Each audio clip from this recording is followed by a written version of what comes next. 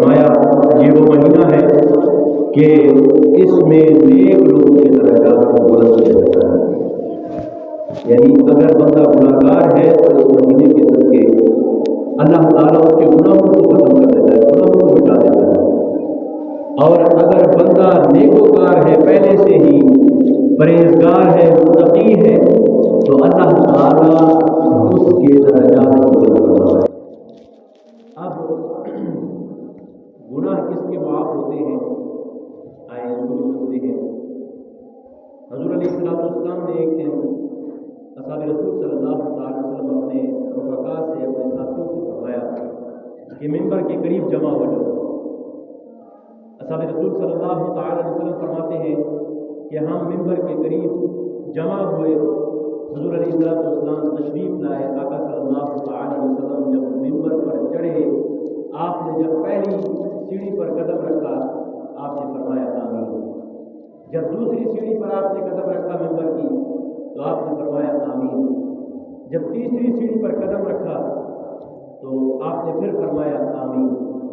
حضور علیہ السلام نے اپنے رفقا صحابہ سے خطاب کیا، خطاب کرنے کے بعد جب حضور علیہ السلام منبر سے نیچے تشریف لائے، منبر سے آپ اترے تو اصحاب رسول صلی اللہ علیہ وسلم نے عرض کی یا رسول اللہ صلی اللہ علیہ وسلم، ہم نے آج تک آپ کو ایسے منبر پر چڑھتے ہوئے نہیں دیکھا،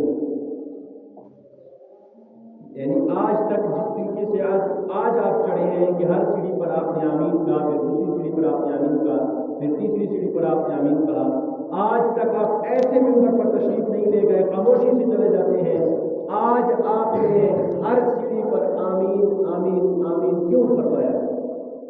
حضور علیہ السلام نے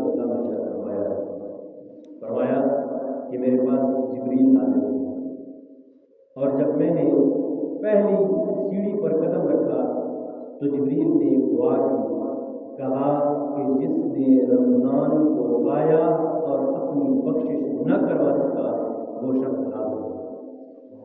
تو آپ فرماتے ہیں میں نے کہا آمین۔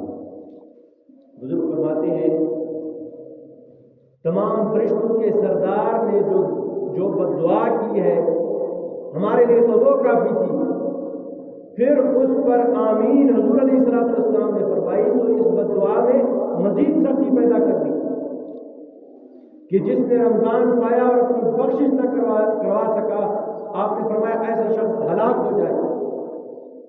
اب جو پہلے میں نے بیان کیا کہ گناہ گاروں کے لیے بخشش ہے، کس گناہ گار کے لیے؟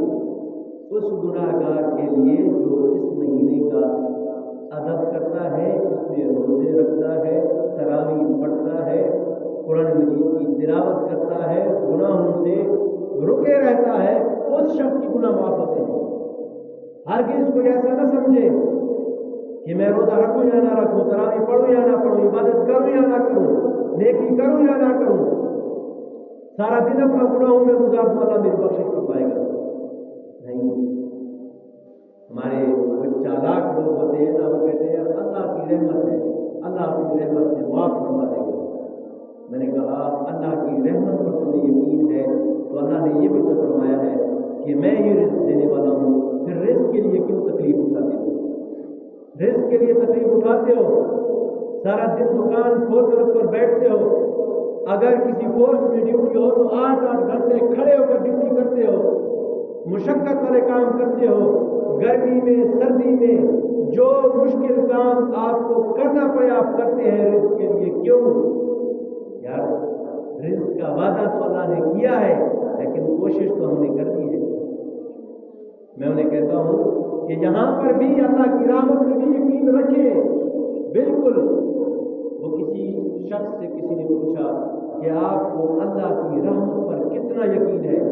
اس نے کہا مجھے اللہ کی رحمت پر اتنا یقین ہے کہ قیامت والے دن اگر اللہ اعلان کر دے کہ صرف میں ایک بندے کو جنت میں بھیجوں گا، باقی ساروں کو جہنم میں بھیجوں گا، فرمایا مجھے اللہ کی رحمت پر اتنا یقین ہے کہ وہ اگر اکیلا شخص جو جنت میں جانے والا ہوگا وہ میں ہوں۔ اور پھر فرمایا کہ اللہ کے عذاب سے کتنا خوف ہے، فرمایا مجھے اللہ کے عذاب سے اتنا خوف ہے کہ اگر قیامت والے دن اللہ تعالیٰ یہ اعلان کر دے کہ اے تمام مخلوق ساری جنت میں داخل ہو جاؤ سوائے ایک شخص کے. فرمایا میں اللہ سے اتنا ڈرتا ہوں کہ کہیں وہ ایک شخص میں نہ ہوں. یعنی رحمت پر بھی یقین رکھنا ہے, اللہ کا خوف بھی رکھنا ہے. مفسرین کرام ایمان کی تعریف فرماتے ہوئے ارشاد فرماتے ہیں کہ ایمان ہے ہی یہی کہ اللہ کی رحمت سے بھی امید رکھو, اللہ کے خوف سے خوف بھی رکھو, اللہ سے ڈر بھی رکھو, اللہ سے خوف بھی رکھو, اور اللہ تعالیٰ سے رحمت کی امید بھی رکھو. امید نہیں بلکہ پختہ یقین رکھو کہ اللہ تعالیٰ ہم پر رحمت فرمائے گا. معزز سامعین کرام, یہ مہینہ خالصتاً عبادت کا مہینہ ہے. باقی آپ جتنے مہینے اٹھا کر دیکھ لیں اس میں کچھ دن یا کچھ گھنٹے یا ایک رات عبادت کی ہوتی ہے, لیکن ماہ رمضان المبارک وہ مبارک مہینہ ہے کہ اس کا ہر سیکنڈ, ہر منٹ, ہر گھڑی یہ بہت قیمتی ہے. اور یہ مہینہ خالصتاً عبادت کے لیے ہے.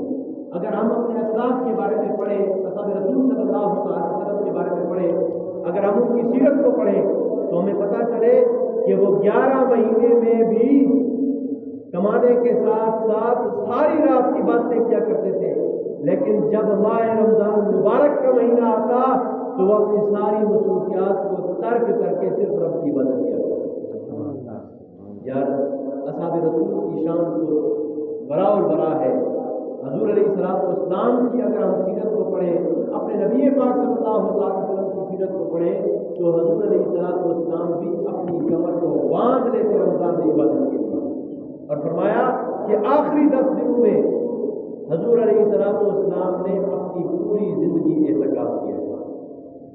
اعتکاف بھی کس طریقے کا, اس طریقے کا نہیں کہ راتوں کو اگر جاگ بھی لیا تو ضروریات میں, دن کو سارا دن سوتے رہے, نہیں, ساری رات آپ عبادت کرتے, سارا دن آپ عبادت کرتے, یہاں تک کہ محدثین فرماتے ہیں کہ حضور علیہ السلام اس قدر عبادت کرتے کہ آپ کی مبارک پنڈلیاں سوکھ جایا کرتے. ہم انہی کی امتی ہیں. کم سے کم قیامت والے دن حضور علیہ السلام اتنا تو فرمائے گا, اس میرے امتی نے میرا حق ادا کیا ہے, میرے دین کا حق ادا کیا ہے, میرے امتی ہونے کا حق ادا کیا ہے. معزز سامعین کرام, ہم دیکھتے ہیں کہ رمضان مبارک کے شروع دنوں میں عبادت کا بھی ایک جذبہ ہوتا ہے, قرآن مجید کی تلاوت کا بھی ایک شوق ہوتا ہے, ذوق ہوتا ہے, تراویح پڑھنے کا بھی ایک ذوق و شوق ہوتا ہے.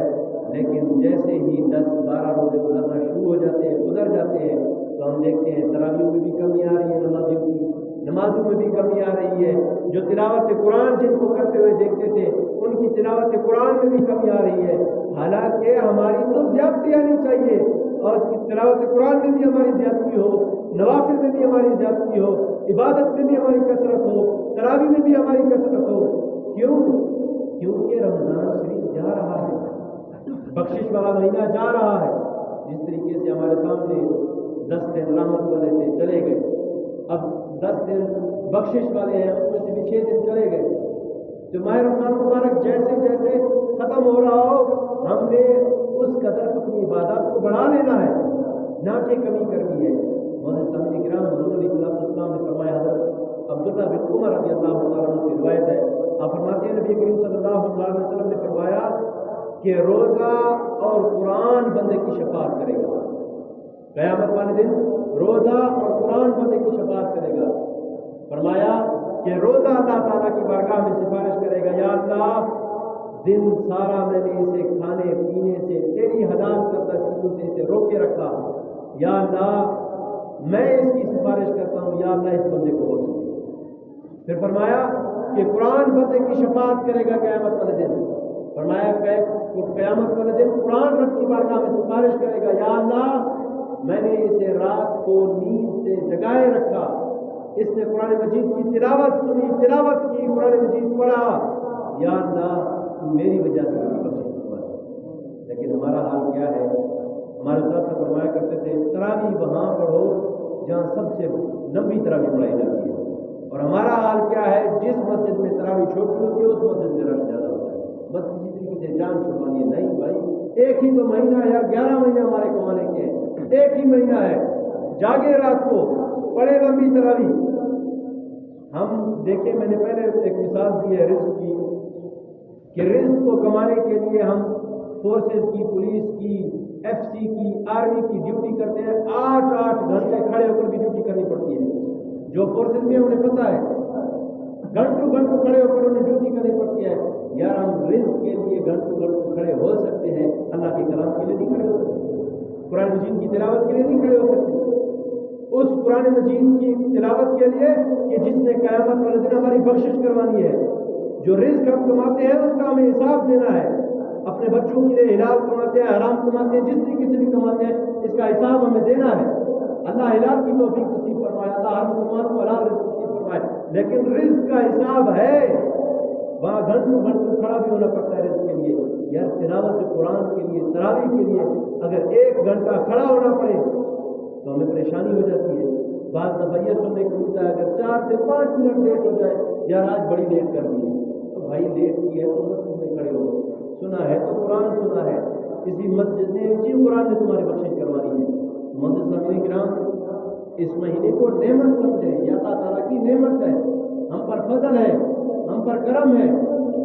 چھوٹی چیزوں کی وجہ سے بعض دفعہ لوگ بخار ہے، نزلہ ہے، زکام ہے، روزہ ترک کر دیتے ہیں۔ بھئی بعد میں آپ چلے رکھ بھی لیں گے، جو فضیلت، جو ثواب آپ کو رمضان میں ملنا ہے وہ تو نہیں ملے گا نا۔